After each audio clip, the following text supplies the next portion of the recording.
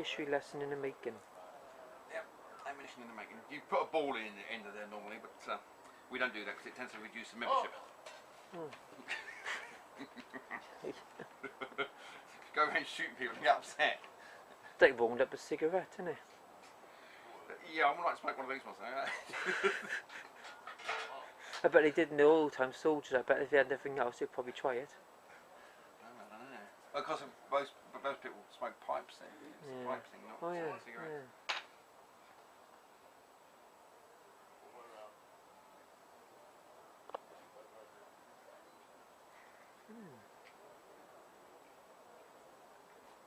She's like a side job now, apart from making shoes and making gunpowder stuff. That's right, it's not really a cartridge, it's a firework. There's a hole in it. Just to stop that leaking anymore. We normally use fax paper, which is a bit thinner. I'm just going to glue this because it's got a hole in it. Yeah. Save me up when we do it. Cheating. What do you just put it in the bottom of the gun? It just burns away instead of paper. What you do with this, you bite the end of the cartridge off, and then you pour the powder down the barrel.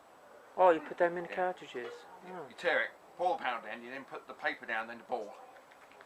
If you're firing a ball, of course, we don't. Then is it allowed for us to walk here around? Yes, yes. You're welcome to walk around the camp. Yes. Yes.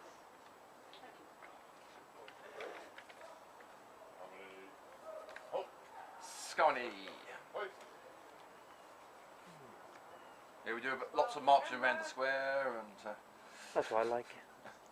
that's quite fun. Especially yesterday. I was telling my mum about it all. I said the amount of yesterday, especially the big battle at the end. It was like a Waterloo film. Yeah. Well, it was because it was 1812, so it was based in Canada, of course. The battle. The Waterloo is much. This is very small. Waterloo is huge. You're going to go to the. I was speaking to one of the guys yesterday. That I go to Waterloo. 2015 is going to be the big anniversary. Well, yeah, it's 200 years, but yeah. I've been there every year for 8 years now. In France? It's Belgium, isn't it? Belgium, is it? Yes, it's just south of Brussels. I thought it was France. Oh. No. Oh well. Belgium, definitely Belgium. They speak That'd be French good. there. I end up in France on the field and I end up in the wrong field. It's Wallonia, so it's one of the small bits of Belgium that speaks French. But There must be, I bet there must be thousands of reenactment soldiers out there. there is quite a few, yeah. Every 5 years it's bigger. We get a chance to actually camp inside Huguemont, which is one of the farms that the Allies held during the battle. Must be a lot of people from here going there then. A few, yeah. But you obviously get lots of Germans, Dutch, French, lot of French. I think. Which is good. I mean, if you know, if I could say, if it was just French and no Brits or whatever, and they wouldn't have an enemy to fight. I mean, but there's a lot of British though. But there were more French than there were Brits. I think that was like that in real life. I think more French. It was. Yeah. If you watch the film, it looked like the French was winning. In fact. They almost did. Yeah. If it wasn't for those Prussians turning up after to save the day for the English. Yeah, well, it was Blücher who turned up and saved the day. Yeah. It wasn't the Brits, of course. It wasn't. No, it's Prussians, wasn't it? Or Germans. The Allies with a lot of countries. They were Dutch. There were some Germans, as opposed to Prussians. There were Germans there. We had some free French who didn't like Bonaparte. Dutch. What else was there? He was fighting with us. Oh, I will. If things go bang, that's good. Thank you. Yeah, because he said Napoleon sent away some of his own men, didn't he? And he wanted them back, but they didn't turn up, did they? They deserted. That's when they had, when they got a bit hammered by the Dutch, as it happens. That was Wavre and Quatre Bras, the first little bits before the main battle. Good morning. Morning, sir. I think it's Goedemorgen. Good morning. You are making, Cartridges. what do you say? Cartridges. Cartridges. So I can shoot the British. Okay. So where are you from? Holland. Holland. So I said, goedemorgen. Okay, good. So, there are more Dutchmen here, I think. I go to the Netherlands a lot. And also sell klompen. Do you see the klompen there? Oh, yeah.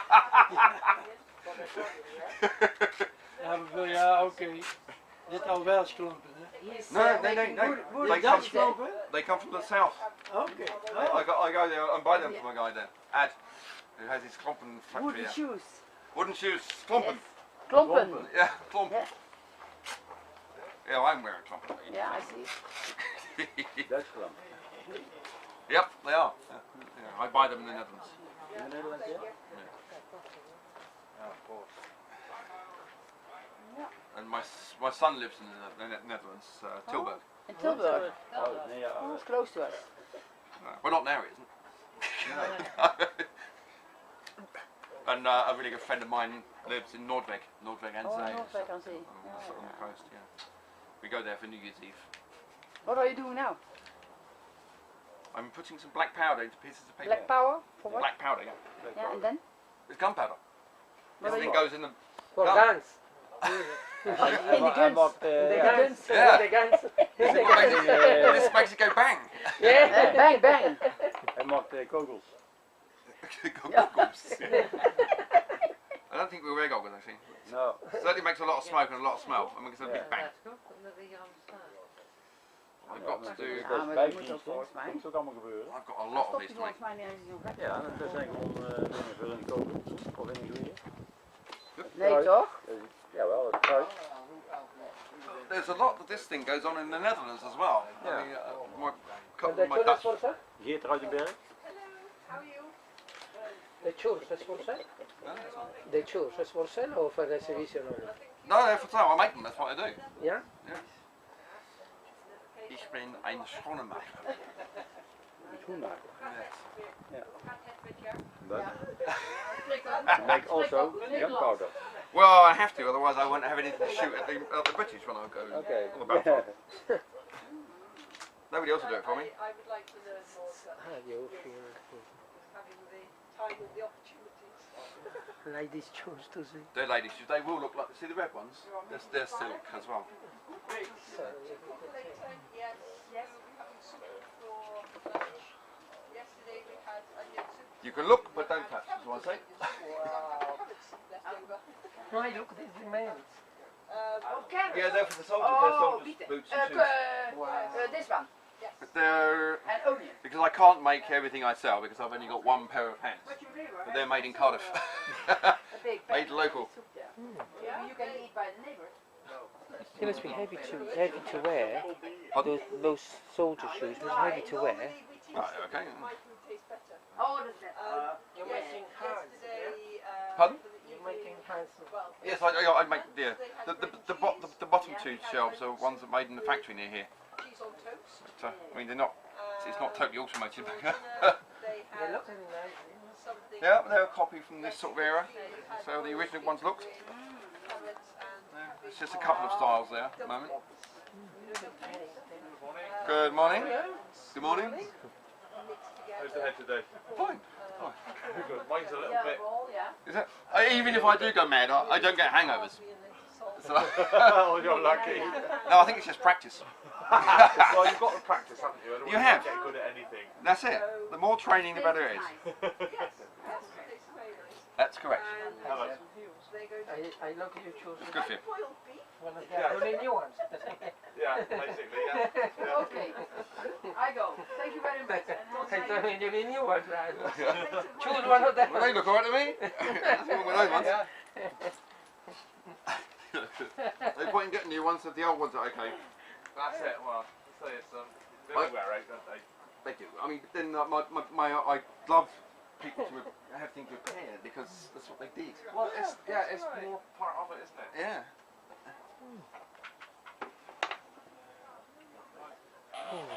Pardon? Smoke, you can smell it a mile away. It's difficult to burn wood without smoke, that's the problem. Yeah. So we're not the only ones that smell on the way home. No, that's it. This is, I can count how many I've done.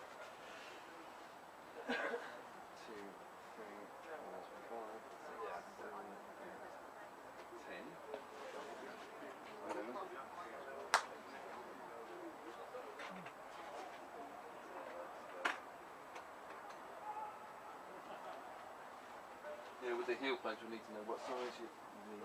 Yeah, that's the trouble, isn't it, really? It's.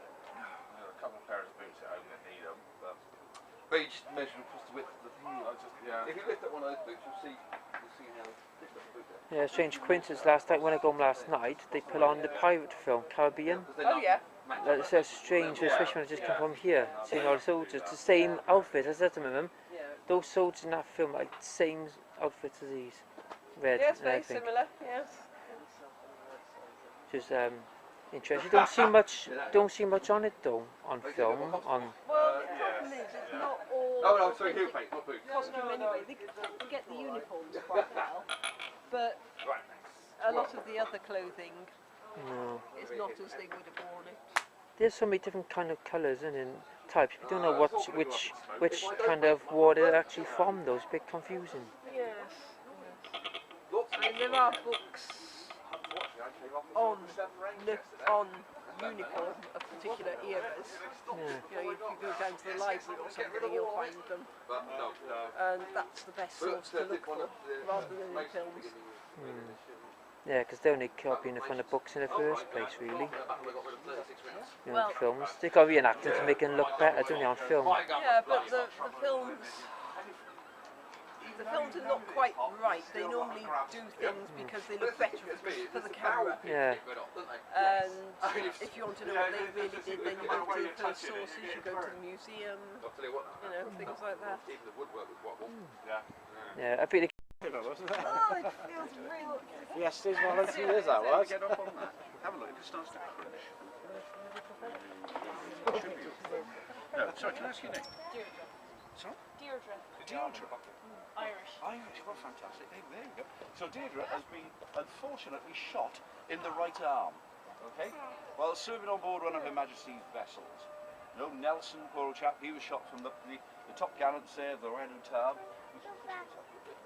There we are. And the shot went straight down through his shoulder there, through the lungs, and into the vertebrae at the back. Well, you're lucky, Deirdre, because it's gone into your lower arm. Okay? So if I can borrow your right arm a second, we'll say that the bullet has gone on here. Don't do that. That frightened me then when you did that. Right? Are you an actress?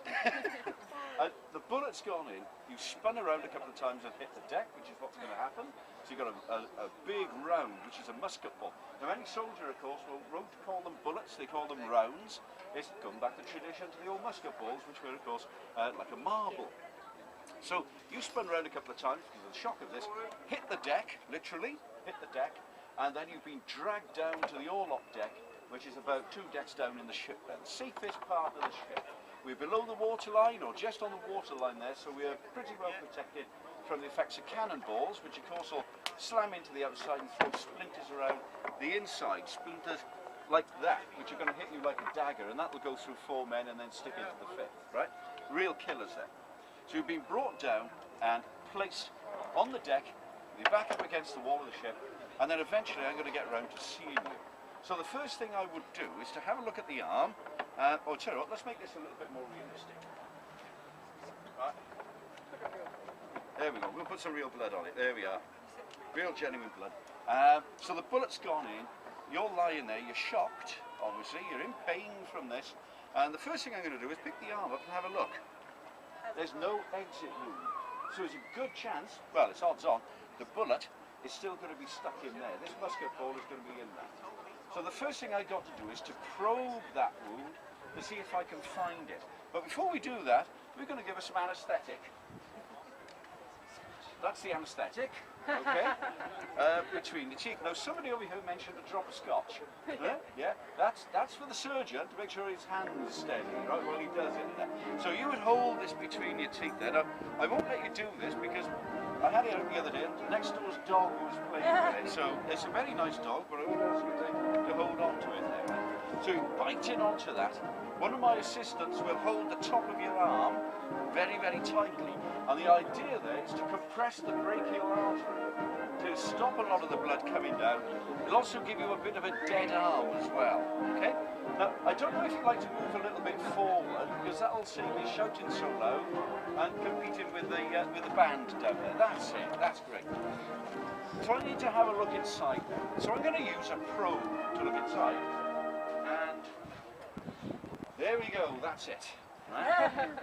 The most sensitive probe a surgeon's going to find. Okay, you can't be sticking your finger in the hole there. And I'll pop it in and I'll start moving it around. Now that's going to hurt. Thank you, there we go. On cue. Right? So I'm going to put, and I'm not even looking at it, because what I'm doing is depending entirely on touch. And I can actually feel the top of the round there. It's lodged between the two bones of the lower arm. So what I need to do now, very simple operation, is to take it out. Okay? Before I start using the forceps to get the ball out, we're going to put one of these around the top of your arm. Okay? It's called a tourniquet. And this is a Petit's tourniquet, designed in the late 1700s by Louis Petit in France, and it's a great idea. Basically, you put the hand through there, and you get the block, which is this bit here, firmly into the brachial artery, and you tighten it up on the strap, and then just when you're ready to operate, you tighten it up by turning that screw. Right? And then you can feel it going right in there. That'll stop all the blood coming down. It'll cut down your pain by about 60%. So that's quite significant back now in 1800 there. In fact, this particular tourniquet, the strap is modern, but the brass bit on the top was made in 1802. So when you think that this was being used while Nelson was still at sea, it's quite something, isn't it? We also used it in the film In a Sharp, and this was strapped around the top leg of the actor Sean Bean. So if any of the ladies want to stroke it, £5 a go. Now, there we go. So we'll put that around the top there. And then I'm going to reach in with the forceps and get it out. We'll just let that fall there for a minute then. So I'm going to need a nice piece of a nice forceps, and it's a simple job, if you'd like to hold your arm at the edge, to ease it in, grasp the ball as firmly as I can, and then pull the thing out, and out it comes, right? Hey, marvellous, but that's just the start of her troubles. Right? Because now I've got the ball out, what I have to do is feel inside the arm again to see what condition the bones are in. So it's a question again of using the finest probe I've got, put my finger in, and I can feel that the one bone is very badly cracked. The other bone has actually split in two there, the one bit sticking out, and there's actually an awful lot of debris in there as well. Bits of shirt, bits of uniform, still going to be bits of gunpowder attached to it that have gone in. Now in earlier days, we'd burn off the gunpowder by sticking a red hot iron into it, so the gunpowder would flash off inside the arm, which would also cauterize it as well there. But don't worry, we're not going to do that this morning, alright? We're going to do something better than that, because unfortunately, if I don't do something drastic, you're going to get an infection in there, which is going to spread up into the arm, into the rest of your body, and that could kill you. So I think the best thing we can do to save your life is to amputate your arm. So we're going to do this quickly, okay? And speed was of the essence with this sort of thing. The quicker we could take the arm off, the better. Now what I could do with is an apprentice here. I need an assistant surgeon. Well done that. Okay, now what I want you to do, if you stand back just about there and hold the young lady's arm with your hand up, because what we need to do then, you see, is to pull that way. I'll need another assistant. Thank you. Yeah, you, there we are. Wonderful. You can tell he's a young officer. There we go. And if you can hold this young lady's shoulders, so she's, give me your hand. There we are. Marvellous. Sell that later. And hope so she doesn't run away, okay? That's the thing, because of course there's no anaesthetic being used for this. If it's a planned procedure, I could dose you up on laudanum, which was 50% alcohol and 50% opium. Right? Now, I've got a case of this around the back of the tent. If anybody's interested, let me know afterwards, right? So we could do that, but in this case, battlefield, it's going to be quick, right? So the first thing I need to do is to consider how I'm going to get through the skin. Very simple. We're going to start by using this knife. It's a Catlin, right? And the screw will be tightened as tight as we possibly can. You'll be pulling that way to make sure she doesn't roll. You'll be pulling that way to give a bit of tension on the sleeve, and I'll pull the skin up to stretch it so it's nice and taut, and I'll reach underneath and make one cut right the way through the skin. Then we'll pull the skin up over the elbow, okay, out of the way. Now it'll deglove quite easily then. Now once we've done that, we have to get through all the muscles. Now she's a sailor, so she's got a big build-up of muscle around the bottom of the arm there. So I'm going to need a big knife, right? So we're going to use the capital knife. And then pausing for the camera briefly. Thank you very much. We'll then reach underneath and make one cut right the way around through the muscle, okay? And that's the action that we're using. So it's going to be one swipe, and the shape of the knife will enable me to cut right down to the two bones in one sweep, right? Once we are down through the bones, then I'll need a piece of cloth.